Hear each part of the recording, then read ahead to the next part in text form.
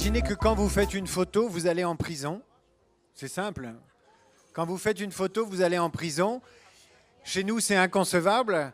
Eh bien, dans le pays où a grandi le prochain intervenant, c'est ce qui est arrivé. Il a fait des photos et à cause de ces photos, il est allé en prison. Je vous demande d'accueillir Reza.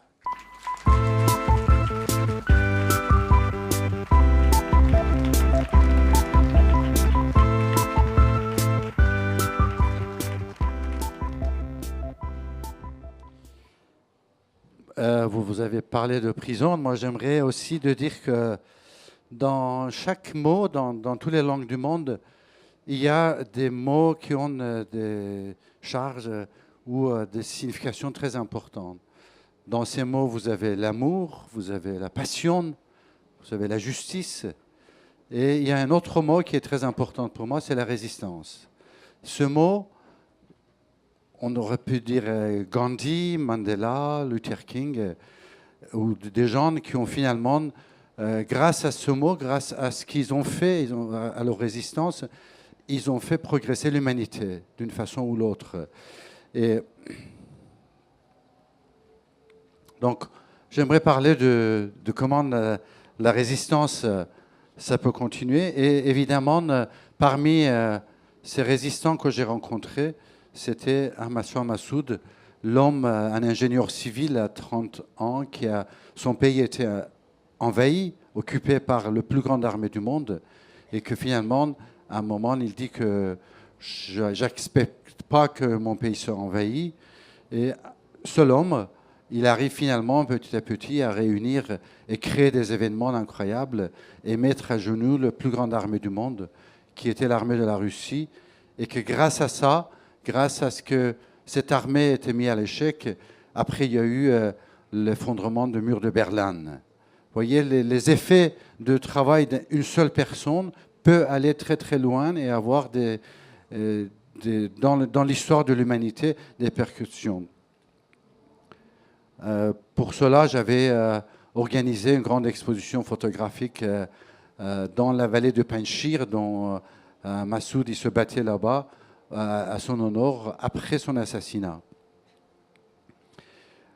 Dans les résistants, il y a aussi les enfants, c'est-à-dire que comme j'ai passé beaucoup plus de temps dans les zones de guerre et de conflits, malheureusement, mais plutôt pour montrer à ceux qui voient pas seulement les corps déchiquetés, c'est pas ça qui est important, c'est ceux qui subissent les enfants dans la guerre.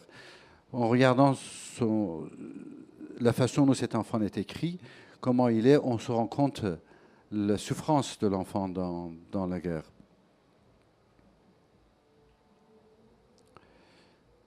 Vous avez aussi dans d'autres endroits du monde une autre forme, les enfants qui sont en train de construire des armes dans les ateliers cachés sur les frontières afghano-pakistanaises pour se battre. Ou des petits-enfants dans les camps de réfugiés, à son âge, il a déjà appris comment aider son ami à passer sous les barbelés.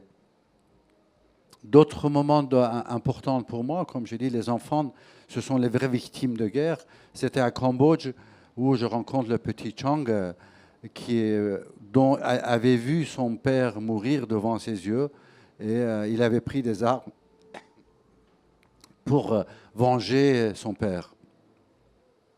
Un autre moment important pour moi dans l'humanité, c'était le moment où je devais aller photographier la famine et que j'avais pas envie de photographier comme un objet, comme ce qu'on voit des êtres humains presque tombés par terre.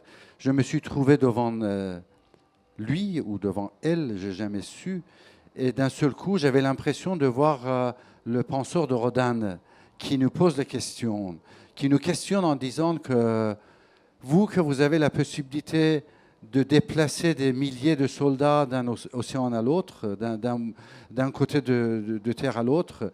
Vous avez la possibilité de créer le plus grand bâtiment du monde, faire des merveilles constructions, et vous voulez que je vous croie que vous n'avez pas la possibilité de me faire nourrir ou causer ce que je suis devenu. Donc ce sont ces questionnements et que finalement, d'autres moments importants pour moi, ces rencontres avec ce petit garçon dans un moment où tout le village était complètement détruit en Afghanistan et il n'y avait plus un seul arbre dans le village, tout était bombardé par les aviations russes. Et il sortait de l'école avec cette plante dans la main. Et quand je le photographie et je lui demande qu'est-ce que tu vas en faire, sa réponse, ça me reste toujours un des plus grandes leçons de l'histoire, de l'humanité, de envie personnelle de changer le monde. Il me dit, je vais en faire un arbre. Et c'est là où, d'un seul coup, un petit garçon comme ça devient un maître à penser. Et c'est aussi les rencontres qu'on fait qui nous font grandir et apprendre et continuer dans la vie. Un autre moment fort pour moi, où, dans la guerre, c'était dans le Sarajevo, qui était encerclé, assiégé pendant 3 ans, et que les gens étaient affamés, que les francs-tireurs étaient partout, et que les gens n'y pourraient pas sortir, sinon vous faisiez tirer dessus constamment. Quelques jours avant Noël, je vois cette petite fille qui est en train de vendre ses poupées.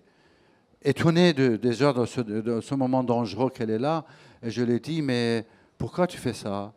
Elle dit, parce que ma grand-mère a faim, ma grand-mère n'a pas mangé depuis 4 jours.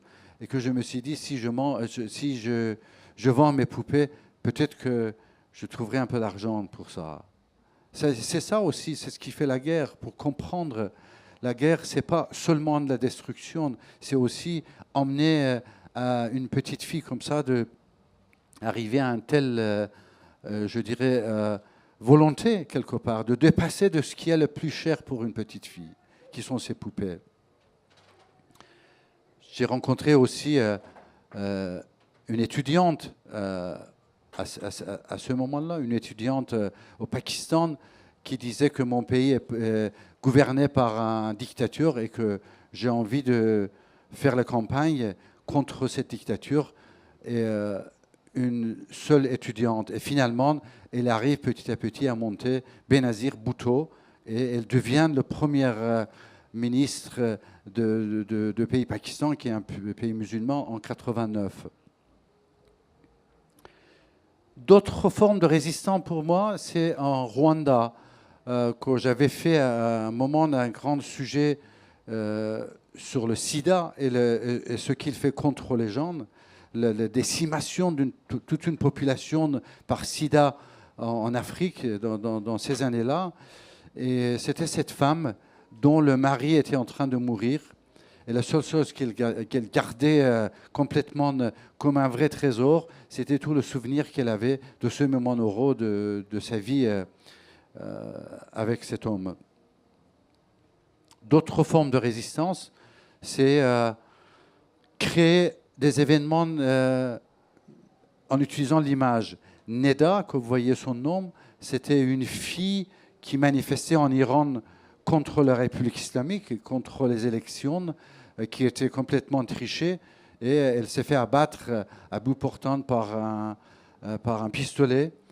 Et son nom est devenu équivalent d'une grande résistance, même si elle était juste venue manifester. Et j'avais créé ces masques. Là, c'était, vous voyez, une seule. Il y avait 500 masques, les gens qui portaient ça pour se photographier. Récemment, parmi le peuple résistant que je continue à travailler, que ce soit des Afghans, des Palestiniens, des Africains du Sud, ou les enfants dans la guerre, ou les femmes qui sont les victimes de guerre, depuis quelques années, je travaille beaucoup sur Kurdistan. C'est un peuple qui est aussi résistant. Depuis 100 ans, ce peuple est déchiré en 4 morceaux. Une partie en Iran, une partie en Turquie, une partie en Syrie, une autre partie en Irak. C'est un seul peuple, imaginez, qui est depuis 100 ans, il veut garder son identité, il veut garder sa langue, mais que tous ces pays, que ce soit l'Iran, la République islamique, la Turquie, la Syrie, de Hafez Assad, et Bachar Assad après, et l'Irak de Saddam, ils nous ont fait que les tuer et les tuer et les tuer. Vous avez certainement entendu et lu récemment comment en Turquie, ils sont en train de décimer ce peuple. Mais il y a un parti de ce peuple qui est en Irak et qui est en train de reprendre son indépendance. Et ça fait 2 ans que je continue de travailler là-bas. Là, ce sont les manifestations en Turquie contre l'armée de Turquie. Ici, c'était un musée qu'ils ont construit après la chambre de torture que le Saddam et l'armée de Saddam l'utilisaient contre les Kurdes. Et voilà comment, quand on parle de torture, voilà ce que c'est, voilà comment ça se passe. Et ça, c'est ce que ce peuple, depuis des années et des années, il a subi. Et maintenant, il est en train de devenir... passer cette mémoire, là, c'est des fosses communes où l'armée de Saddam avait tué plus de 8 000 hommes d'un seul coup dans quelques jours, des Kurdes. Et finalement, maintenant, ils ont commencé à revenir. Et ces femmes qui ne sont jamais mariées après, ces femmes qui ont resté pour garder le mémoire de leur fils, de leur père, de leur mari qui était tué. J'ai rencontré aussi cet homme récemment, comme j'ai dit, au Kurdistan. Là, ce sont les statues des combattants qu'on appelle les Peshmerga. Et cet homme qui était en train de jardiner autour de ces statues, quand je parle avec lui, il dit que, vous savez, j'étais un Peshmerga moi-même, je me suis battu contre Saddam. Maintenant, c'est mes enfants qui se battent contre l'État islamique. Mais moi, je ne peux pas y aller. Je suis très vieux. La seule chose que je peux faire jardinage autour de ces statues.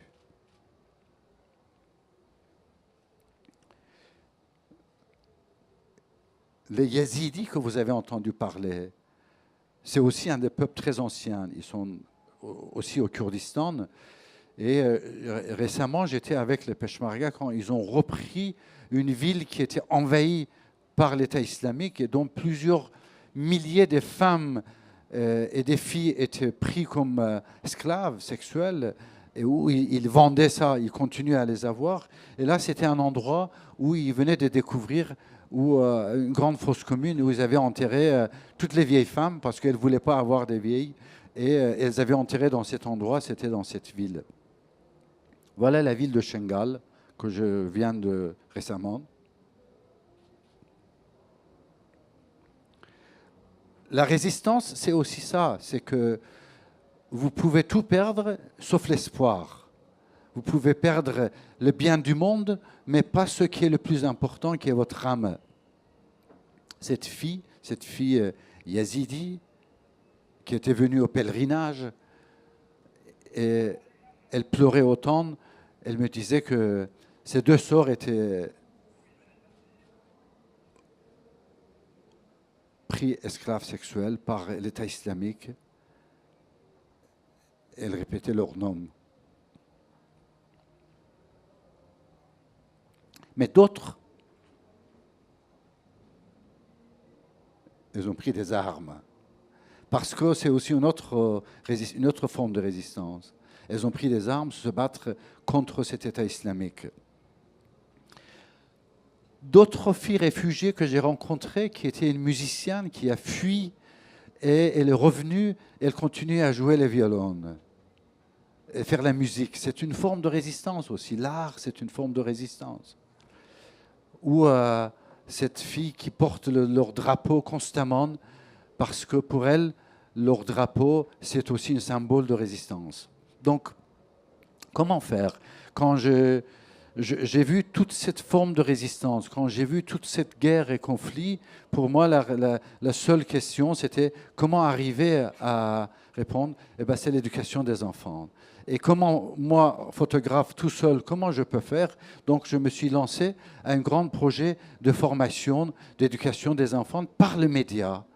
En Afghanistan, je crée un grand centre de formation. Je fais des magazines gratuits pour les enfants, pour distribuer dans les foyers, dans les orphelinats. Et ça, c'était le premier cours de formation que j'ai commencé pour les réfugiés en Afghanistan. Depuis, ça c'était en 1983, j'ai beaucoup changé. Maintenant j'ai un bonnet, j'ai plus les mêmes cheveux que vous voyez dans la photo, mais je continue ce travail de formation des enfants, des femmes.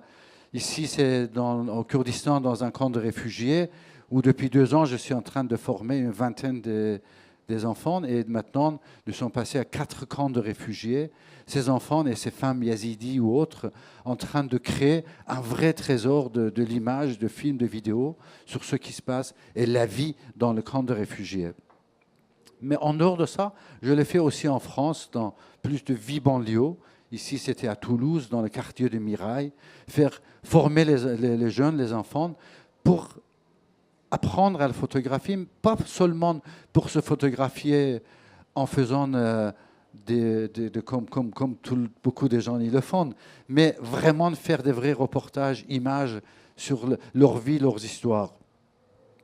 Cette fille afghane qu'on a formée, qu'elle est devenue une des meilleures caméra-woman afghanes, et leur premier reportage, c'était nominé à Emmy Award, le premier documentaire qu'ils ont fait. Une autre fois, dans un camp de réfugiés à Ouganda, j'ai rencontré cette fille à 16 ans qui portait son bébé, qui était un enfant de viol. Malheureusement, dans la guerre, le viol est devenu une arme de lâche, de plus en plus. Et elle portait ça, et les gens de village, les gens de camp, ils ne voulaient pas s'occuper d'elle. Elle disait qu'on ne veut pas des enfants de viol. Elle voulait garder. Je l'ai formée à photographie. Aujourd'hui, elle a fait une business. Elle est devenue quelqu'un que tous les gens adorent. Elle fait des photos et elle continue à vivre avec. Donc, je pense qu'une des solutions pour le problème social que nous avons, c'est art. Mais il faut ajouter 2 petits mots, qui est le cœur. Avec du cœur. Et je sais que chaque personne aujourd'hui a la capacité de devenir le Gandhi, le Luther King et le Mandela de son temps. Parce que la vie est belle. Et rendons la vie encore plus belle avec nos actions, avec ce que nous pouvons apporter. Voilà. Merci beaucoup. Merci Reza.